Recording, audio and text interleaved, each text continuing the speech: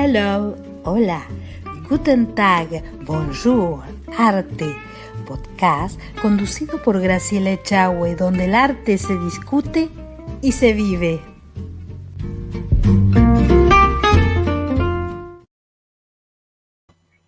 Hola, bonjour, hello arte. En este episodio hablaremos del teatro. Pero, ¿qué es el teatro? El teatro proviene del latín teatrum y del griego teatron, que quiere decir lugar para contemplar. Es la rama de las artes escénicas relacionada con la actuación y representa historias actuadas frente a los espectadores o también frente a una cámara usando una combinación de discurso, gestos, escenografía, música, sonido y espectáculo. También se entiende como teatro al género literario que comprende las obras de teatro representadas ante un público o para ser grabadas y también reproducidas en el cine, así como la edificación, donde se presentan tradicionalmente dichas obras o grabaciones. En adición a la narrativa común, el estilo del diálogo, el teatro también toma otras formas como la ópera, el ballet, el cine, la ópera china o la pantomima. El 27 de marzo de cada año se celebra desde 1961 el Día Internacional del Teatro. Vamos a ir un poco a la historia del teatro ahora. Podemos decir que los orígenes se buscan desde la evolución de los rituales mágicos relacionados con la caza, la pesca y otras actividades que se realizaban en la prehistoria. Al igual que las pinturas rupestres o la recolección agrícola, que tras introducirse la música y la danza, se desarrollaron de manera auténtica, trasladándose a ceremonias dramáticas donde se rendía culto a los dioses y se expresaban los principios espirituales de la comunidad. Este carácter de manifestación sagrada resulta un factor común a la aparición del teatro en todas las civilizaciones. Tenemos en el antiguo Egipto, por ejemplo, a mediados del segundo milenio de la edad cristiana, ya se representaban dramas acerca de la muerte y resurrección de Osiris, por ejemplo. En Grecia, sabemos que las raíces del teatro de la antigua Grecia están basadas en los ritos órficos y en los festivales celebrados para Dioniso, donde se llevaban a cabo las especificaciones de la vida de los dioses, acompañadas de danzas y cantos.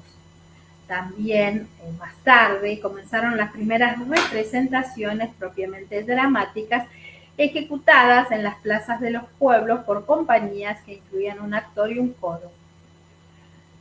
A fines del siglo VI a.C., alcanza mucha celebridad el legendario poeta e intérprete Tespis, en cuyo honor se realiza una frase, el carro de Tespis, que alude aún al conjunto de todo el mundo del teatro. También surge tras la evolución de las artes y ceremonias griegas la fiesta de la vendimia, también ofrecida a Dionisos, y ya con danza y canto, esto en el templo del dios. Después se transforma y los jóvenes comienzan a transformarse en corífeos y hay un maestro del coro, es decir, el que dirigía el grupo. Con el tiempo van apareciendo otras partes, si podemos decir así, del espectáculo, donde aparecen el bardo y la rapsoda, que eran recitadores. En el curso del siglo V a.C., Durante la Edad Clásica de Grecia se establecen modelos más tradicionales de la tragedia y la comedia, y los dramaturgos Esquilo y Sófocles añadieron un segundo y tercer acto a la acción, lo que da a esto una mayor complejidad y se hacía necesario la creación de escenarios más grandes.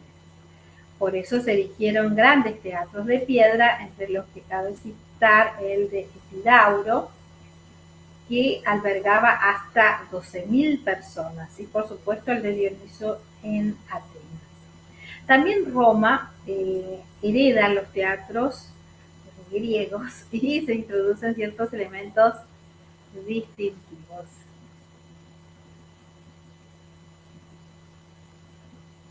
Estos están construidos en madera, por ejemplo, ya no en piedra, y Pompeyo erige uno en Roma, el primero de piedra. A diferencia de los modelos helénicos, levantaban sobre el suelo plano y poseían varias plantas erigidas a los espectáculos. Eran de mampostería. Así mejoraban la acústica. También los arquitectos romanos redujeron lo que era la orquesta en un semicírculo, y los espectáculos se presentaban sobre una plataforma que se llamaba el pulpitum, levantada delante del antiguo esquene, que constituye el origen de los modernos escenarios. La esquena de frons era una fachada de varios pisos que servía de fondo del escenario. El graderío se divide en tres partes: ima, media y suma, que es donde se ubica la primera en la zona inferior, donde se sentaban los senadores y la clase dirigente, quedando asentados en la superior las mujeres y los esclavos, y en la media el pueblo llano. El conjunto podía cubrirse con un velum. Roma también opta por la comedia, ya que estas tomaron el teatro como una manera de divertirse y entretenerse. Luego de esta pausa, vamos a continuar con más sobre el teatro, que es tan interesante conocer sus raíces y un poco también de qué es y cómo funciona el teatro en realidad.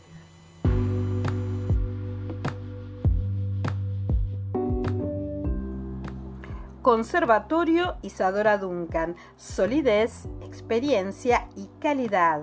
Programas de estudio, asesoramiento pedagógico, administrativo e institucional. Exámenes anuales, capacitaciones.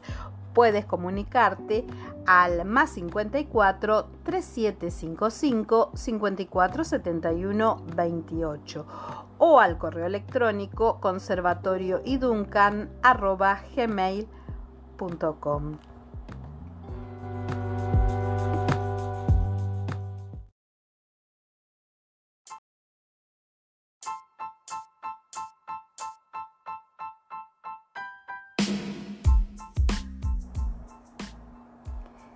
Hello Arte Podcast, Hello Arte TV, Hello Arte Magazine Digital.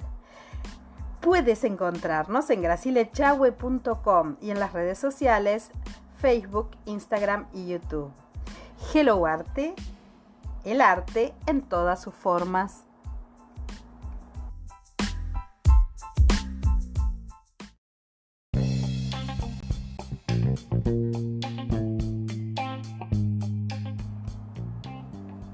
G-Dance Producciones es Literae, servicio de autopublicación y marketing. Idearte, te ayudamos a concretar tu idea artística. G-Dance Management, representación de artistas.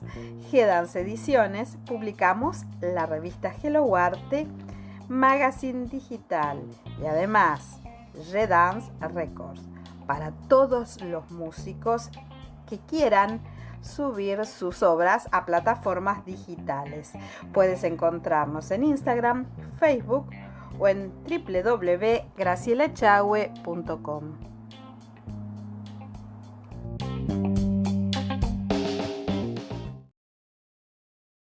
Bien, continuamos hablando sobre el teatro. Bien, en América el teatro surge en las culturas prehispánicas, donde llega a adquirir un desarrollo notable y entre los mayas también. Una de las obras más representativas del teatro maya es el drama quiché Rabinal Achí. El teatro maya se hallaba parcialmente vinculado a los ciclos agrícolas y a la época de sus eventos históricos. También los aztecas e incas practicaban el teatro y tenían sociedades que en correspondencia con su estructura teocrática dieron a sus actividades teatrales un matiz guerrero y religioso. También en la Edad Media Europea, tras siglos de misterioso olvido, se recupera el teatro en Occidente, donde tuvo un principal apoyo en el clero que lo empleó con fines religiosos. En el siglo XI se representaban en las iglesias los misterios y moralidades y cuyo objetivo era presentar la forma sencilla de la doctrina cristiana a los fieles. En el Renacimiento, en Italia, se realiza como una eclosión que tiene consecuencias decisivas sobre la evolución del teatro, ya que surge una producción dramática de carácter culto inspirada en los modelos clásicos y destinada a las clases aristocráticas, que generan en el transcurso del siglo XVI una construcción de salas ya cubiertas y dotadas con mayores comodidades. En Italia se puede citar uno de los teatros modernos, Olímpico de Vicenza, que fue diseñado por Andrea Palladio y que fue finalizado en 1585. También surge otro de modelo clásico del teatro italiano, llamaba el Teatro Farnese de Parma, pero este ya en 1618. En Inglaterra también se empiezan a erigir teatros y sobre todo en el reinado de Isabel I de Inglaterra fueron muy diferentes con respecto a los otros, ya que fue una época destacada porque existía un esplendor en el género dramático y el máximo exponente fue William Shakespeare. En España se realizaban los corrales de comedia, esto en el siglo XVI y siglo XVII. A diferencia del caso inglés, en España sí se pervivió algunos ejemplos de estas edificaciones, es decir, que todavía se conservan y son exponentes de esta época los autores Lope de Vega, Tirso de Molina y Calderón de la Barca. Cabe decir que eran los claros exponentes del siglo de oro español. En el barroco y neoclasicismo padece un gran enriquecimiento, sobre todo la parte de la escenografía, porque se recupera el drama, por ejemplo, el drama clásico francés, con la regla de las 3 unidades, acción, tiempo y lugar, y se hizo innecesaria la simultaneidad de decorados, con lo que se empleó solo uno en cada acto y pronto se generaliza esta costumbre de cambiarlo en los entreactos. Y crece notablemente también en este periodo la ópera. En el Teatro de la Scala de Milán se constituye un ejemplo de grandes dimensiones que eran precisas para albergar tanto al público como a la tramoya y al aparato escénico. Podemos decir también que en el teatro africano está muy enraizada la tradición y la historia. Y se tenía un sentido del ritmo y de la mímica, la afición por la palabra y la verborrea, que eran cualidades que todos los africanos comparten en mayor o menor medida. Y podemos decir que existían 2 tipos de teatro. El nuevo teatro, por ejemplo, que era un teatro comprometido, concebido para defender la identidad de un pueblo. Y el teatro de vanguardia, que se orientaba más a la investigación sobre el papel del actor. Bueno, ahora vamos a hablar rápidamente, ¿no? Porque el teatro es un tema muy extenso, pero vamos a hablar rápidamente sobre los tipos de teatro. Tenemos el drama, que es un modo de ficción que está representado en una obra de teatro, no un género por sí mismo. Tenemos el modo dramático, que se llama, que es considerado un género de la poesía y se lo ha contrastado con los modos épicos y líricos. comenzando con la poética de Aristóteles. La tragedia, que es se encuentra entroncada con una tradición específica del drama y que se ha desempeñado un rol único y muy importante a su vez en la definición histórica de la civilización occidental. Los elementos básicos del teatro son el texto, la dirección, la actuación y también hay otros elementos como la escenografía y el vestuario. Si tenemos que hablar de una sala que tiene enfrente es un escenario que es la disposición que se utiliza actualmente. En la disposición italiana, los teatros más antiguos, sala frente al escenario, suele tener una forma de herradura, donde la parte baja, la más amplia, es la platea o el patio de butacas, donde la gente se sienta y disfruta del espectáculo. En los teatros contemporáneos, detrás del patio de butacas, se encuentran los palcos y un anfiteatro en gradas que permite una buena visibilidad. Además, se aprovecha mejor la altura del teatro, la sala se estructura en varias plantas, entonces de esta manera se puede obtener no solamente ingresos con la venta de entradas, sino también una mayor visibilidad y se da más espacio para más público. Y para ir cerrando, voy a leer esto que me parece muy interesante, que son las supersticiones en el teatro de Occidente. Por ejemplo, dice que sobre los estrenos, el martes y el viernes son días poco afortunados. Y no hay que decir buena suerte en una noche de estreno, sino merde en francés. En un ensayo general es un símbolo de mal agüero, por ejemplo, oír un silbato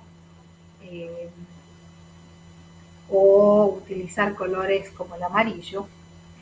Y tampoco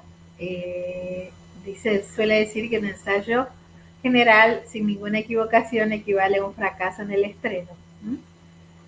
Así que es buena señal si, por ejemplo, se encuentran clavos olvidados en la escena y que un anciano sea el primer espectador que saca a su localidad de la taquilla en el día de estreno, señal de buen augurio.